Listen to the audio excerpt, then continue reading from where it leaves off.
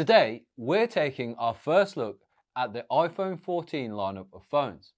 We'll discuss the rumours and what design differences we can see in our dummies here.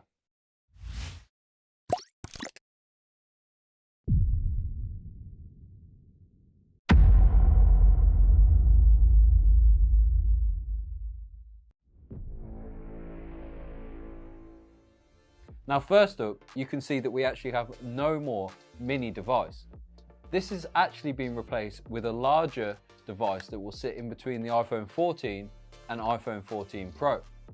This will be a similar size to the iPhone 14 Pro Max, but will likely be called the iPhone 14 Max or iPhone 14 Plus, if they want to bring back that style of naming. Another thing you might have spotted is that the Pro versions of the phone will likely have a matte frosted finish to them rather than the glossy back of the iPhone 14s. However, you can see this also switches round on the camera bumps. Turning the phones over, you'll also notice some more differences. As you can see, the setup on the iPhone 14 and the 14 Max are very similar to what we saw on the iPhone 13 lineup, with a camera and a notch.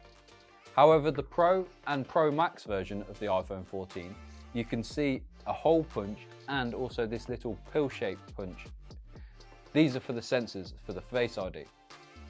Surprisingly, this looks like it will actually eat into the display a little bit more as it's lower than the notch, but it will likely feel like there is more screen even though there's not. Looking at the iPhone 14s, next to the iPhone 13s, you can see that the camera bump is actually slightly bigger on the back. This is a surprise, as the bump on the 13s were also a lot bigger than the iPhone 12 models. Moving to the bottom of the phone, you can see we still have no USB charging and we'll still have a lightning port. This means we're likely to see a portless iPhone 15, which will only charge via MagSafe or wireless charging. After using phones with fingerprint readers in the screen or the power buttons, I'm disappointed to see that we only have Face ID. I'm a fan of Face ID, but there are times where it does not work well. Wearing a face mask, for example, or if you have sunglasses on, it would just be so easy to add one into the power button like we have on the iPad Air, for example. Also, as a mini user myself, I'm disappointed to see it nowhere in the lineup. I can understand though, as I think everyone wants a smaller phone. The reality of using it and the poor battery life means more people will actually spend more money on the larger iPhone. So other than that, there's not much new on these iPhone 14s.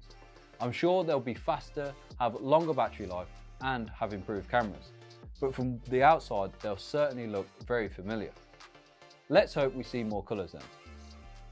Let us know in the comments below if you're going to pick up an iPhone 14 and which one you choose.